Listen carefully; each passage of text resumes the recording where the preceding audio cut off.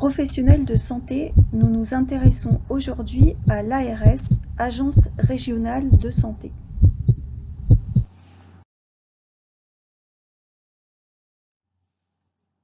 Quelle place occupent les ARS dans l'organisation des soins?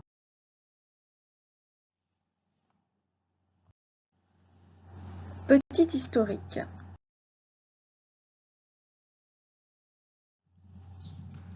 Dans les années 60, première volonté de freinage des dépenses avec un encadrement du nombre de journées hospitalières. 1996, création des ARH, Agences régionales hospitalières, pour encadrer les hôpitaux publics. Les ARS sont créées en 2010 dans la précipitation à la USAR, en regroupant une multitude d'organisations régionales et départementales. Y sont recyclés un nombre important d'énarques et de hauts fonctionnaires.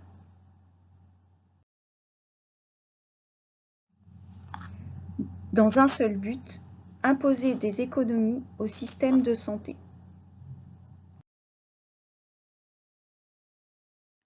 Organisation, 18 ARS, une par région, divisée en agences départementales, un comité de direction, un comité d'exécution, un conseil de surveillance présidé par le préfet.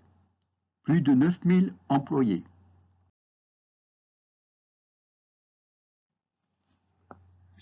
Les agences régionales de santé occupent une place d'exécutante en totale soumission du donneur d'ordre et d'objectifs à atteindre qu'est le ministère de la Santé sous l'égide du président de la République.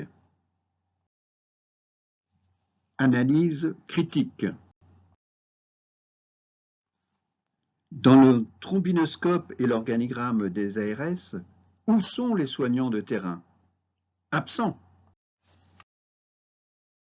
Les ARS sont directement liés à la politique.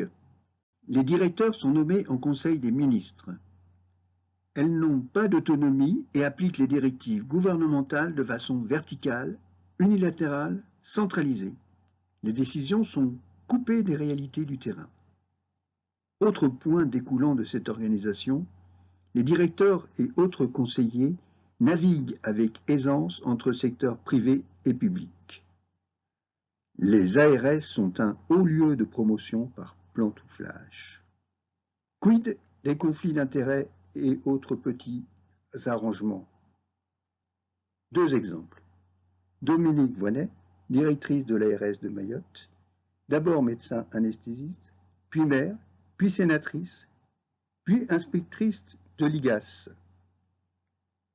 Aurélien Rousseau, directeur de l'ARS d'Île-de-France, d'abord professeur d'histoire-géographie, puis maire adjoint à Paris, puis rapporteur au Conseil d'État, puis directeur adjoint de Bertrand Delanoë, puis interlocuteur avec les syndicats sur la loi Travail et président directeur général de la Monnaie de Paris.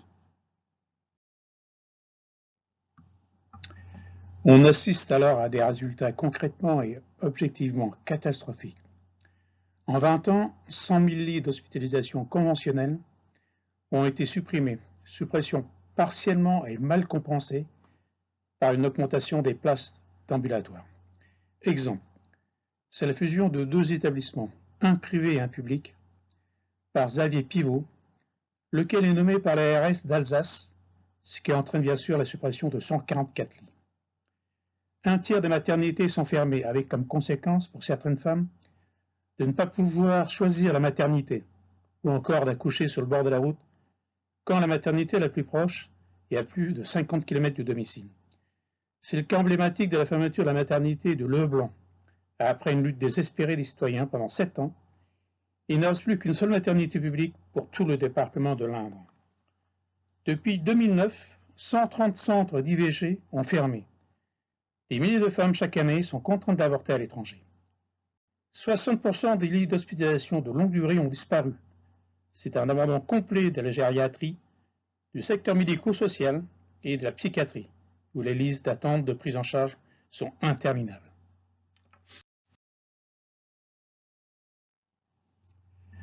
Cette année au CHU de Reims, il y a 210 lits supprimés malgré une augmentation de 24% de l'activité médicale.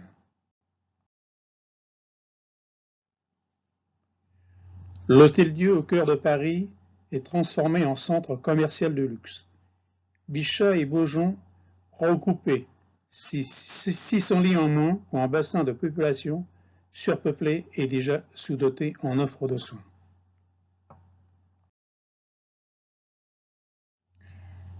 La volonté politique de freinage des dépenses de santé a débuté dans les années 60 et n'a plus cessé jusqu'à ce jour, via des plans successifs imposant tous des objectifs d'efficience toujours plus difficiles à tenir. Plan Juppé 1995, T2A 2004, loi HPST dite loi Bachelot 2007, plan Hôpital 2012, Ma Santé 2022.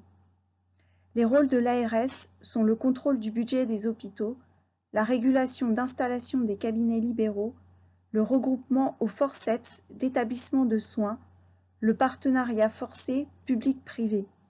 Il faut réguler, c'est-à-dire diminuer l'offre de soins pour réduire la voilure des dépenses de santé, en réduisant le nombre de personnel et en mutualisant les plateaux techniques. Prendre en compte les besoins en santé réels des populations n'est pas dans l'algorithme des ARS. Tout ceci aboutit à une difficulté croissante d'accès aux soins et une augmentation des inégalités. C'est une perte de chance pour les malades.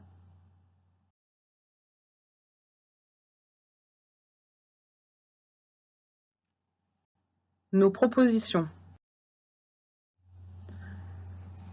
L'intégrité avec une interdiction du pantouflage et des conflits d'intérêts des acteurs de l'ARS. Une démocratie sanitaire, c'est-à-dire en finir avec la verticalité en intégrant soignants de terrain, malades et citoyens à tous les niveaux de l'organisation des ARS, car ce sont eux qui connaissent le mieux les difficultés et les besoins. Articuler intelligemment public, privé, libéral dans un objectif. Permettre l'égalité d'accès aux soins de qualité au meilleur prix à tous. La Sécu n'est pas une vache à lait. Pour ce faire, il est urgent de faire cesser la concurrence entre services en abolissant la T2A. Une complète transparence du financement, mais également une transparence dans la collecte des données de santé, DMP, EDS, et leur protection.